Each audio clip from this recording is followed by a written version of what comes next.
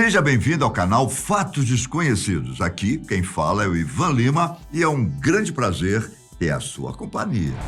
Em 1986, a Ucrânia foi palco do pior desastre nuclear da história. Em abril daquele ano, o reator de número 4 da usina de Chernobyl entrou em colapso e toneladas de substâncias radioativas foram jogadas no ar. A situação foi tão grave que materiais radioativos vazaram durante 10 dias e foram capazes de viajar pelo céu até chegarem na França. Enquanto isso, dentro do reator, o núcleo de urânio chegou a temperaturas superiores a 1.600 graus Celsius. Era tão quente que nem mesmo o revestimento de zircônio conseguiu aguentar. Ele separava o combustível nuclear do fluido responsável por absorver o calor, mas como o revestimento acabou derretendo, o urânio, zircônio, aço, concreto e areia começaram a se misturar. Todos esses materiais formavam uma espécie de lava radioativa que derreteu a base do reator e atravessou vários andares do prédio até parar no porão. Com o tempo, ela acabou esfriando e se solidificando no que ficou conhecido como pé de elefante. Para você entender melhor a origem do material, nós precisamos estabelecer um contexto ao redor dessa história.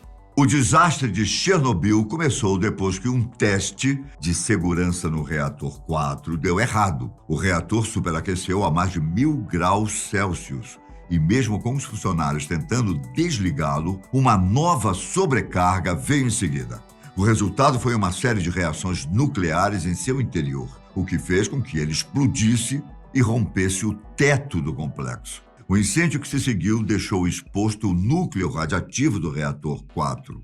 E não é exagero dizer que a radiação liberada praticamente se espalhou pelo mundo. Até mesmo os Estados Unidos e o Canadá registraram altos níveis em seus territórios.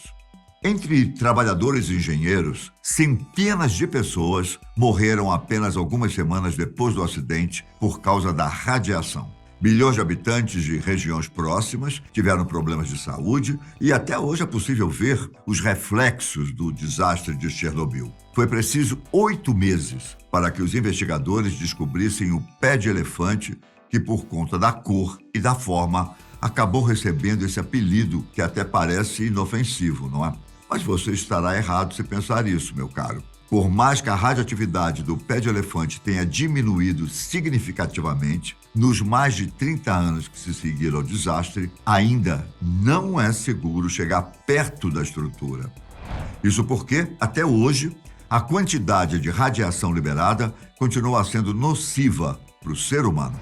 É verdade que ela é apenas uma pequena parcela das toneladas de material que surgiu durante o desastre. Só que, mesmo pequena, era capaz de matar uma pessoa em menos de 5 minutos. No início, o que se imaginava era que o pé de elefante era composto do que restou do combustível nuclear do reator. Mas assim que pesquisadores conseguiram colher amostras, análises revelaram que, na verdade, tratava-se de uma rara substância chamada córium.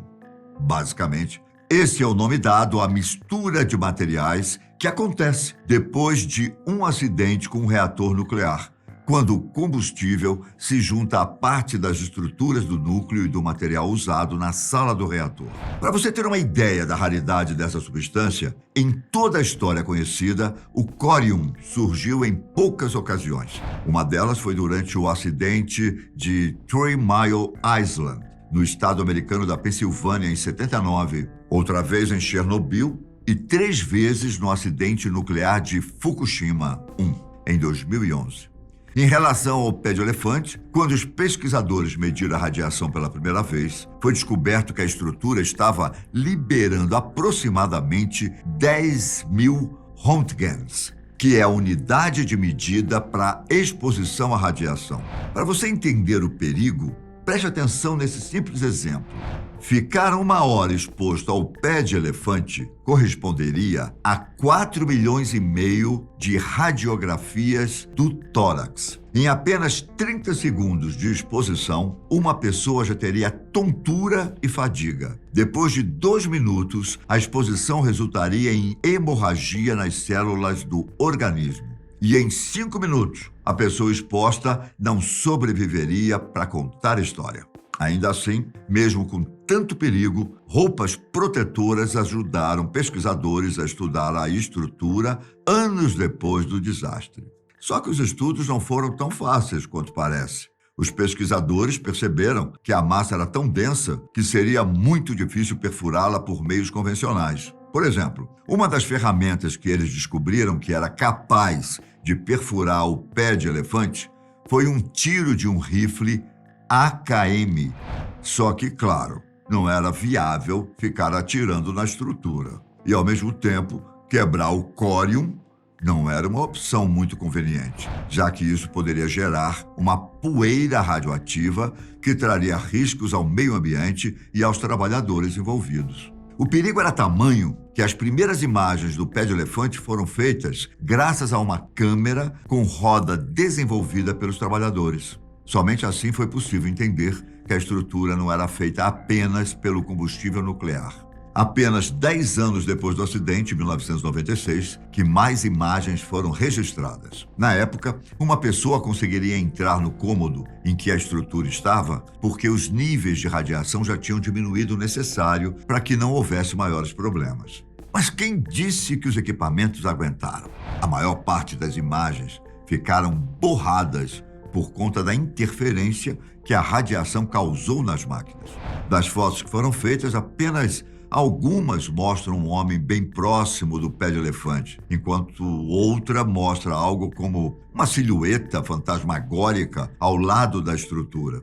Na primeira imagem, em que é possível ver a nítida figura de um homem, acredita-se que a proximidade com a estrutura radioativa fez com que o trabalhador desenvolvesse problemas de saúde tempos depois, ou talvez tenha perdido a vida por conta da radiação. Já na foto que mostra o homem fantasmagórico, sabe-se que ele era Arthur Korneyev, um especialista em radiação que teria tirado uma foto de si mesmo ao lado do pé de elefante e também do trabalhador na outra imagem.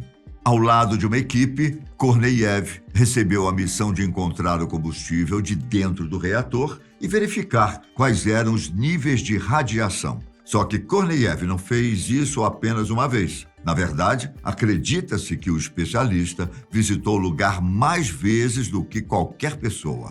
E de acordo com o portal Atlas Obscura, isso quer dizer que ele pode ser uma das pessoas que mais recebeu radiação na história. Falando assim, pode até parecer uma sentença de morte, mas, acredite se quiser, o especialista ainda estava vivo em 2014, o ano em que deu uma entrevista para o The New York Times. Só que estar vivo não queria dizer que ele estava saudável, não é? Por causa da exposição ao córium, Korneyev sofria de algumas doenças, incluindo catarata. Infelizmente, nós procuramos pela internet se o especialista ainda estava vivo, mas não conseguimos encontrar essa informação. Caso você saiba do paradeiro do Arthur Korneyev, ajude a gente nos comentários a resolver esse mistério. O que nós conseguimos encontrar foi o provável motivo de uma das fotos ter uma figura que mais parece o fantasma. Como eu disse anteriormente, a exposição à radiação atrapalhou os equipamentos. Mas no caso da curiosa imagem, acredita-se que a foto foi basicamente uma selfie de Korneyev. Com uma lanterna para iluminar o ambiente, o especialista deve ter acionado o cronômetro na máquina e acabou se movendo quando a imagem foi tirada. E por conta da velocidade do obturador, Korneyev acabou aparecendo de forma muito estranha. Enquanto isso, uma das maiores preocupações dos pesquisadores envolve a contaminação das águas subterrâneas por materiais radioativos. Acontece que o sarcófago criado para isolar o reator 4 pode sofrer corrosão. E caso isso aconteça, o abastecimento de água de cerca de 3 milhões de pessoas da cidade de Kiev ficaria em risco. Os cientistas também estão fazendo pesquisas com o córium para entenderem melhor a substância e poderem se preparar para possíveis acidentes no futuro. A questão é que eles precisam ter contato direto com o material de Chernobyl, mas isso colocaria em risco a saúde dos pesquisadores.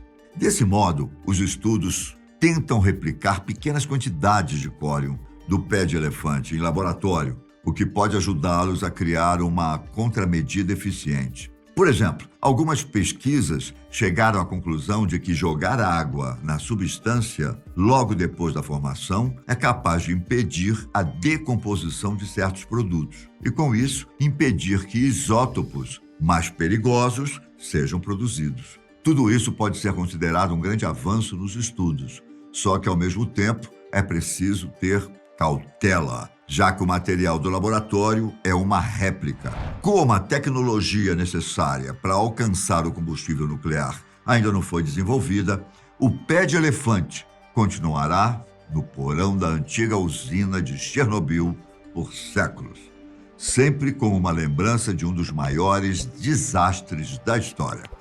Se você quiser saber mais sobre Chernobyl, me diga nos comentários. Obrigado por ter visto até aqui. Um grande abraço e até a próxima. Tchau!